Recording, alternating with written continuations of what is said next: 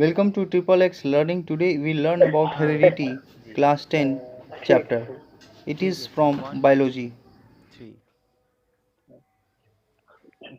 Okay, today we are going to discuss another chapter that is very important for examination, heredity and evolution.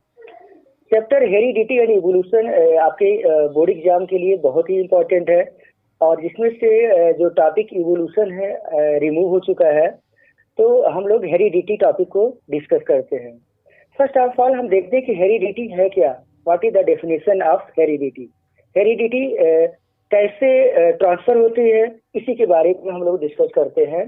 Heredity means क्या होता है, जो DNA होता है, DNA जो हमारे बॉडी के अंदर में पाया जाता है, कैसे हमारे पेरेंट्स से हमारे यंग वंस में आते हैं, उसी को हम हेरिडिटी कहते हैं, जिसको डिफाइन करते हैं the process of passing characters from parents to offspring. Means जो कैरेक्टर्स हैं हमारे जो पेरेंट्स से हमारे बॉडी के अंदर में आ रहे हैं, जैसे स्किन कलर हो गया, कर्ली हेयर हो गया, या गुड हैबिट्स जो हम लोग गेन करते हैं, ये क्या होता है, हेरिडिटी कैरेक्टर्स।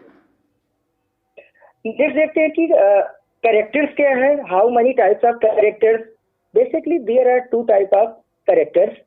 फर्स्ट होता है इनहेरिटेड कैरेक्टर्स, सेकेंड होता है एक्वायर्ड कैरेक्टर्स। कैरेक्टर्स वर्ड को हम और भी बोलते हैं वर्ड ट्रेट से। तो कैरेक्टर और ट्रेट्स क्या होता है कि इनहेरिटेड ट्रेट्स, इनहेरिटेड जो कैरेक्टर्स होते हैं, एक जो हमारे पेरेंट्स से हमारे बॉडी के अंदर में आते हैं कैरेक्टर, उनको हम बोलते हैं inherited. Like traits that transferred from parents to their offspring. For example height, skin colour, curly hair, ये सारे क्या है, इनहेरिटेड ट्रेट्स होते हैं। सेकेंड क्या होता है, एक्वायर्ड ट्रेट्स, या कह सकते हैं एक्वायर्ड कैरेक्टर। एक्वायर्ड मीन्स क्या होता है, किस गेन करना। मीन्स एक्वायर्ड ट्रेट्स मीन्स क्या होता है, it is developed through out the life of the individual, like gaining of knowledge. Gaining of knowledge is the example of acquired traits.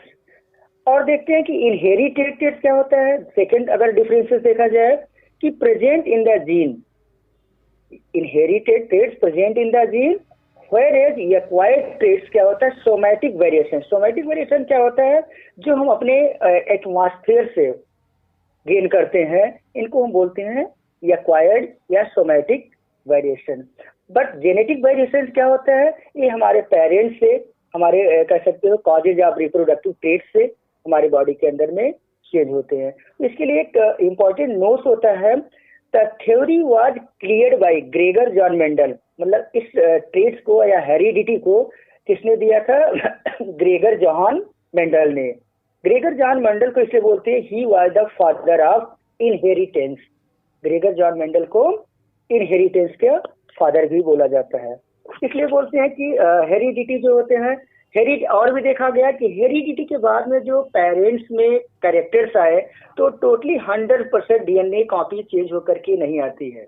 उसमें क्या होता है, डीएनए एरर होता है। अगर 100% डीएनए पेरेंट्स का अगर बॉडी के अंदर में यंग वंस में आ जाए, तो एकदम डिटो कॉपी उसी का हो जाएगा। तो उसमें क्या होता है, there are some variations. Variation किसमें हो रहा है, यंग वंस में। तो डिफरेंसेस क्या है दोनों में, यंग वंस में और पेरेंट्स में। The differences in the characters of parents and offspring is known as variation. Means जो कैरेक्टर पेरेंट्स से यंग वंस में आए हुए हैं, उनमें जो कुछ डिफरेंसेस है, उसी को हम बोलते हैं variations. Variations are also two type. First genetic variation, या बोल सकते हैं गैमेटिक वेरिएशन। सेकेंड होता है सोमैटिक वेरिएशन। सोमैटिक वेरिएशन को मैंने पहले भी बताया कि सोमैटिक वेरिएशन क्या होता है। Somatic variation occurs in the cells of the body. Somatic variation कहाँ पे होता है, हमारे बॉडी के सेल्स में। And they are not inherited और not transmitted in the next generation. जो सोमैटिक वेरिएशन होता है, हम अपने एटमॉस्फेयर से सीखते हैं। ये क्या होता है, ये इनहेरिटेड नहीं होता है, ये पेरेंट्स से या देयर यंग वंस में ट्रांसमिटेड नहीं होता है। इसीलिए इनको हम बोलते हैं एक्वायर्ड ट्रेड्स। सेकेंड देखते हैं गैमेटिक वेरिएशन। गैमेटिक वेरिएशन होता है occurs in the germ cell. Germ cell means क्या होता है? Sex cells of the body. They are transmitted in the next generation. So gametic variation क्या होता है? ये ट्रांसफर होकर के हमारे पेरेंट्स से अपने इनके बच्चों के बीच में आता है। इनको हम बोलते हैं गैमेटिक वेरिएशन। सेकेंड देखते हैं इम्पोर्टेंस ऑफ वेरिएशन। वेरिएशन किस लिए importance? Variations are important for some reasons. First, it is the basic of the heredity. ये क्या होता है? वेरिएशन क्या होता है? एक बेस आधार होता है किसका? हेरिडिटी का। It is the basis of evolution. Evolution का भी एक बेस है। और देखते हैं it increase the chance of the variation. ये क्या करेगा? Chances of variation. सपोज हम कह सकते हैं अगर देखा जाए हमारे बॉडी के अंदर में या वेरिएशंस ना हो, लिविंग ऑर्गेनिज्म में वेरिएशंस ना हो, तो अगर वेरिएशंस नहीं होगा तो अपने लाइफ को सरवाइव नहीं कर सकते हो, अपने लाइफ को कंटिन्यूटी नहीं बना सकते हैं। क्योंकि आपने देखा कि some of the living organism are aquatic, some of the arboreal, some are the reptiles. मतलब कह सकते हैं सारे लिविंग ऑर्गेनिज्म एक साथ सरवाइव नहीं कर सकते हैं, इसलिए उसमें वेरिएशन बहुत ही जरूरी है। नेक्स्ट देखते हैं कि कॉजेज ऑफ वेरिएशन। वेरिएशन का कारण क्या है, किस लिए होता है? The most common causes of variation are mutation, recombination and random mating. Okay, तो mutation and recombination and random mating को हम आगे टॉपिक में देखते हैं। जो आपके टॉपिक में मेन टॉपिक देखते हैं क्या है? Mendel's and his contribution. Mendel जो जेनेटिक्स पे स्टडी किया, मेंडल का कंट्रीब्यूशन क्या है जेनेटिक्स में, उसके बारे में हम लोग स्टडी करते हैं। कि Gregor John Mendel started his work on the pea plant.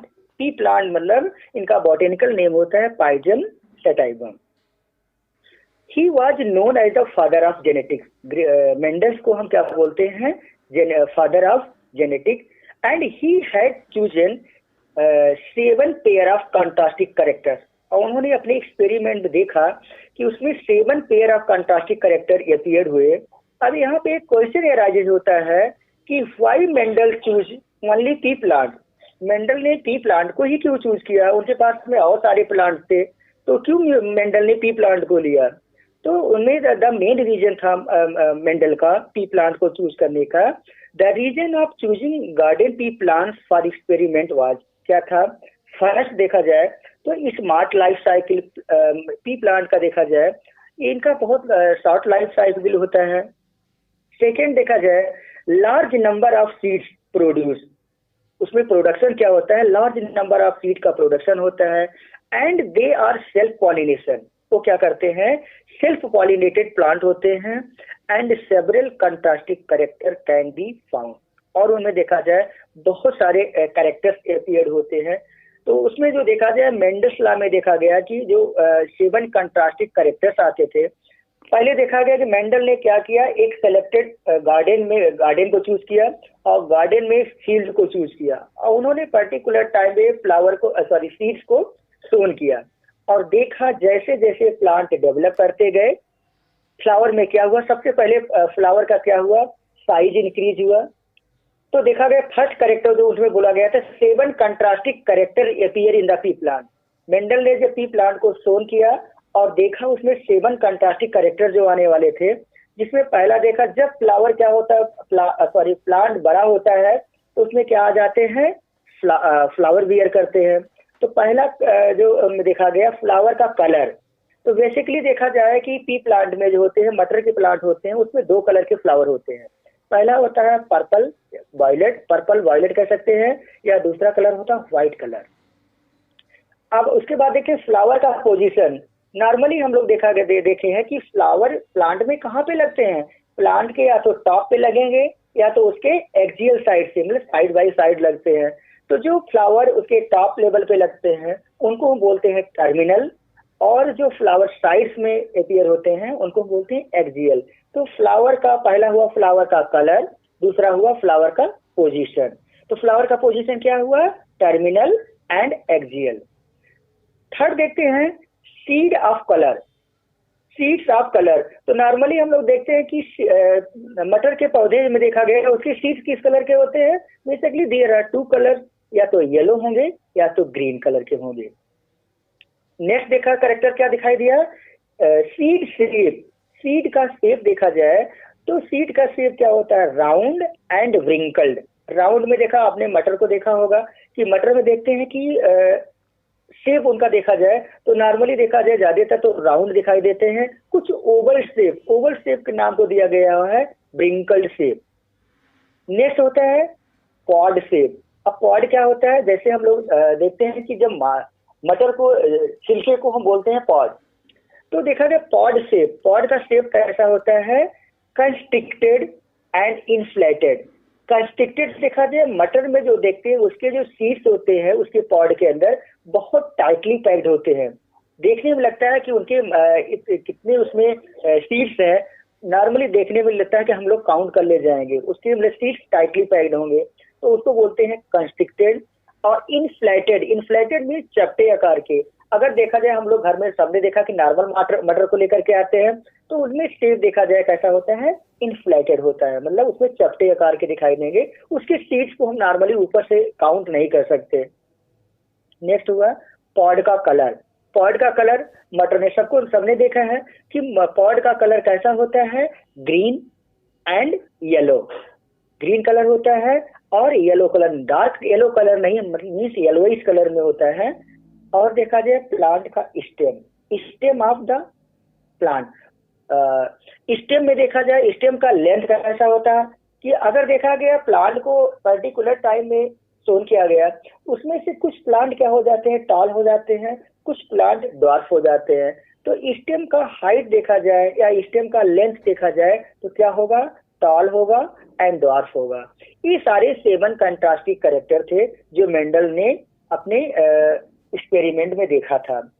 तो उसमें से देखा जाए और एक इम्पोर्टेंट टॉपिक इसमें है कि जो इन्होंने 7 कंट्रास्टिंग कैरेक्टर्स में दिखाई दिए थे, जिसमें से थे कुछ डोमिनेंट और कुछ होते हैं रेसेसिव। अब वो होता है डोमिनेंट एंड रेसेसिव।